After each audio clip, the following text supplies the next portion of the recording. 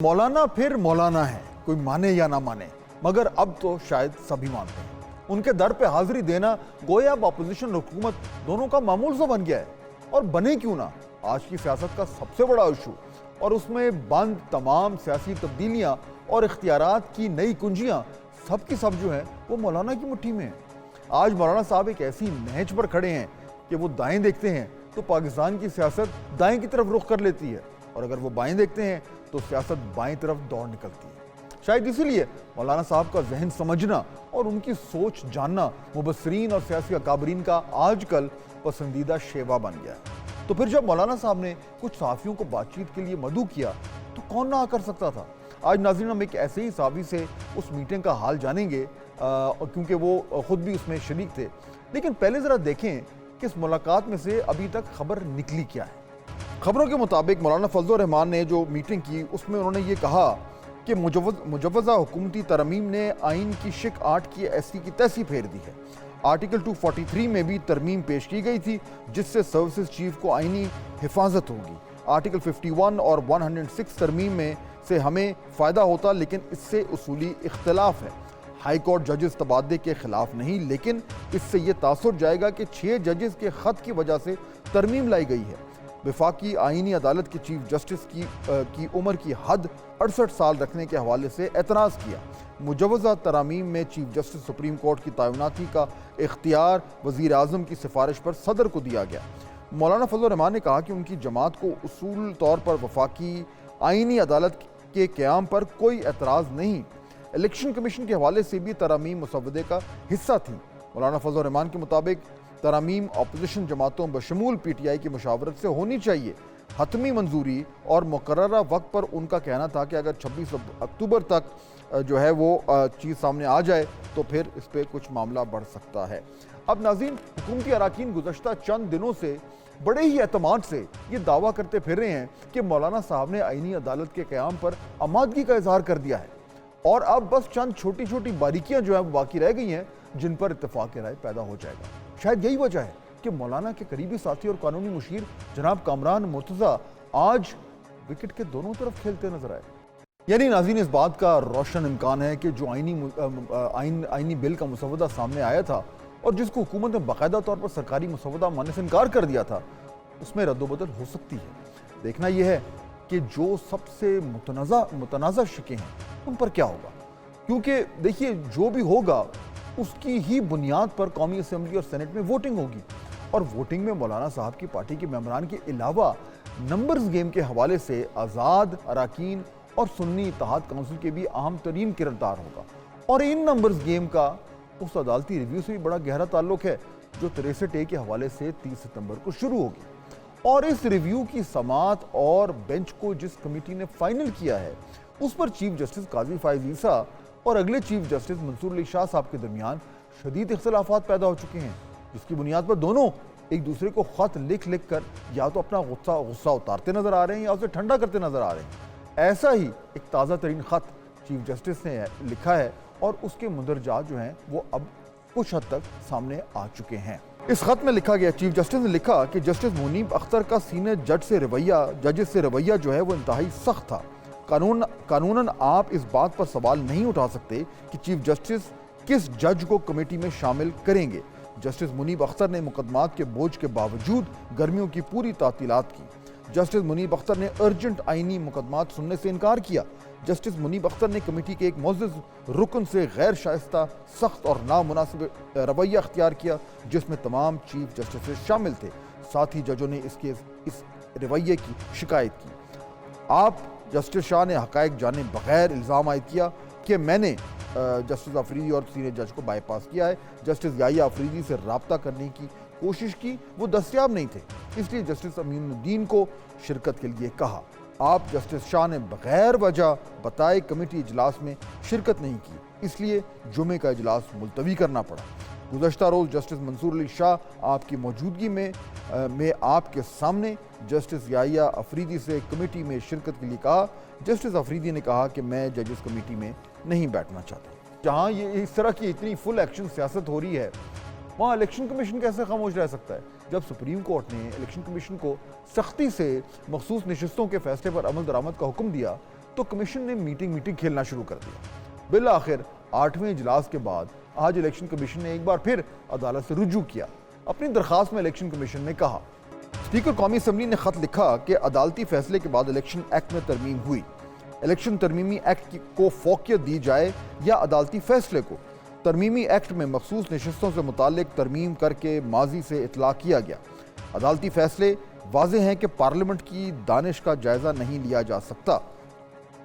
عدالتی فیصلوں کو مدنظر رکھتے ہوئے ترمیمی ایکٹ پر عمل درآمد نہ کرنا بھی سوالیہ نشان ہوگا۔ چنانچہ آج کا سیاسی منظر نامہ جو ہے ناظرین وہ نہایت ہی دلچسپ مرحلے میں داخل ہو چکا ہے۔ یعنی اگر آپ اس منظر نامے کو ایک بہت بڑے اکھاڑے کی طرح دیکھیں تو بیک وقت مختلف کونوں میں کئی کشتیاں جو ہیں وہ چل رہی ہیں۔ ایک طرف حکومت اپوزیشن اور مولانا صاحب کی پنجہ آزمائی، دوسری طرف سپریم کورٹ کے جج صاحبان کا دنگل، تیسری طرف بانی پی ٹی آئی اور اسٹیبلشمنٹ کا باکسنگ میچ، اور چوتھی طرف پی ٹی آئی کے اندر آپس میں مذاکرات کے حوالے سے ایک دوسرے کو دھوبی پٹکا لگانے کا سلسلہ۔ کون کس کو چت کر رہا ہے اس کی کچھ انڈیکیشنز آ جانی شروع ہو گئی ہیں، کیونکہ تازہ ترین خبروں کے مطابق پاکستان تحریک کے انصاف کے اندر بھی کوئی اکھاڑ پچاڑ ہوئی ہے۔ رؤف حسن صاحب جن کو جو انفارمیشن سیکرٹری تھے، جن کے حوالے سے سننے میں آ رہا تھا کہ جو بانی پی ٹی آئی ہیں ان کو تحفظات ہیں، آج ان کو اس اہم ترین عہدے سے ہٹا دیا گیا، فارغ کر دیا گیا اور ان کو ایک اور عہدہ دے دیا گیا تھنک ٹینک کے حوالے سے، اور ان کی جگہ شیخ وقاص اکرم جو ہے ان کو انفارمیشن سیکرٹری لگا دیا گیا۔ یہ بھی بڑے عرصے سے سننے میں آ رہا تھا کہ شیخ وقاص اکرم صاحب جو ہیں وہ پنجاب میں بھی کچھ اہم ذمہ داریاں سنبھال سکتے ہیں، لیکن بالآخر ان کو انفارمیشن سیکرٹری لگا دیا گیا۔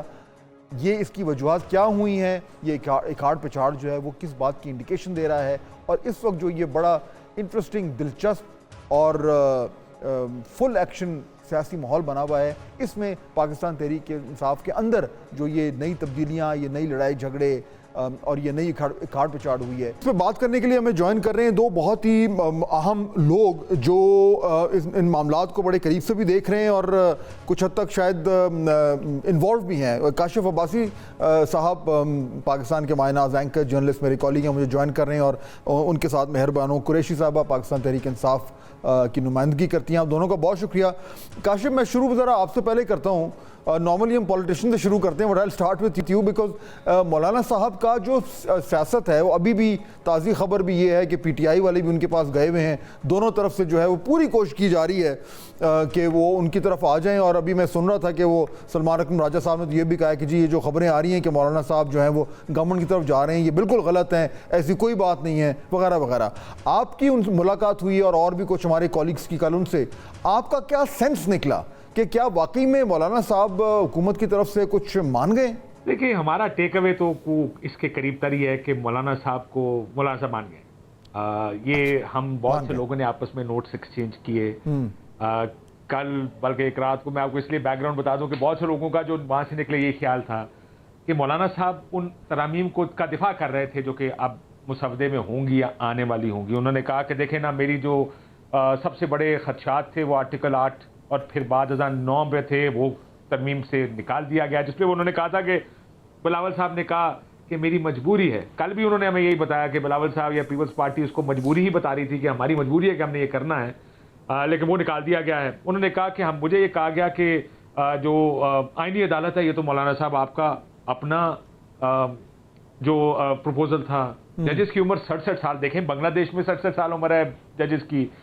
پھر ملٹری کورٹس کے بارے میں انہوں نے کہا کہ 2 سال کی سنسیٹ کلوز ہوگی اور ملٹری کورٹس بن جائیں گے۔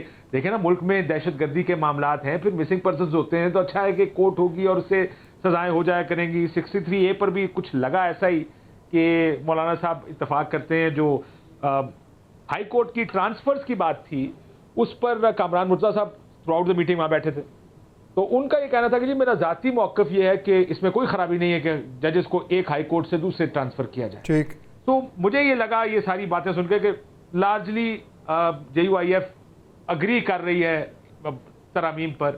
مولانا صاحب کو ہم نے بار بار، جب میرا 2-3 سوال یہ تھے کہ جی ججز یا اس کانسٹیٹیوشنل کورٹ سیاست کی وجہ سے بن رہا ہے، کسی جج کو روکنا ہے، کسی کو لگانا ہے، کیا آپ یہ جانتے ہیں؟ انہوں نے کہا بالکل ہم جانتے ہیں۔ ساتھ ہی جب وہ بتایا گیا کہ 9 مئی کیا جائے گا ملٹری کورٹ میں، یہ اس وجہ سے ملٹری کورٹس بن رہے ہیں، انہوں نے کہا میں یہ بھی جانتا ہوں، اور ہاں جس نے کیا وہ ہونا چاہیے۔ سو ان شارٹ अगर आप मुझसे पूछें तो मुझे लग रहा है कि ये मौलाना हो गया, साहब अच्छा। हुकूमत के बहुत ज्यादा करीब है। अच्छा, मैं इससे पहले कि मैं मेहरबानो साहब की तरफ साहिबा की तरफ जाऊं, ये जरा सुनिएगा, जो अभी पाकिस्तान तहरीक इंसाफ का डेलीगेशन जो अभी मिलकर निकला है कुछ ही देर पहले मौलाना साहब से, वो इस पे क्या कह रहे हैं, मैंने जरा सुना सुनिए। वैसे उसको।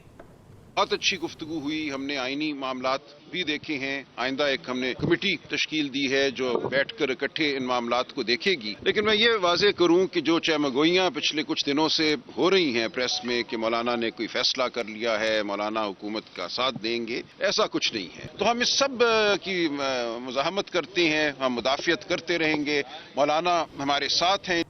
काशिफ, वेरी ब्रीफली, ये फिर क्या, ये ट्रक की बत्ती के पीछे लग रहे हैं फिर ये?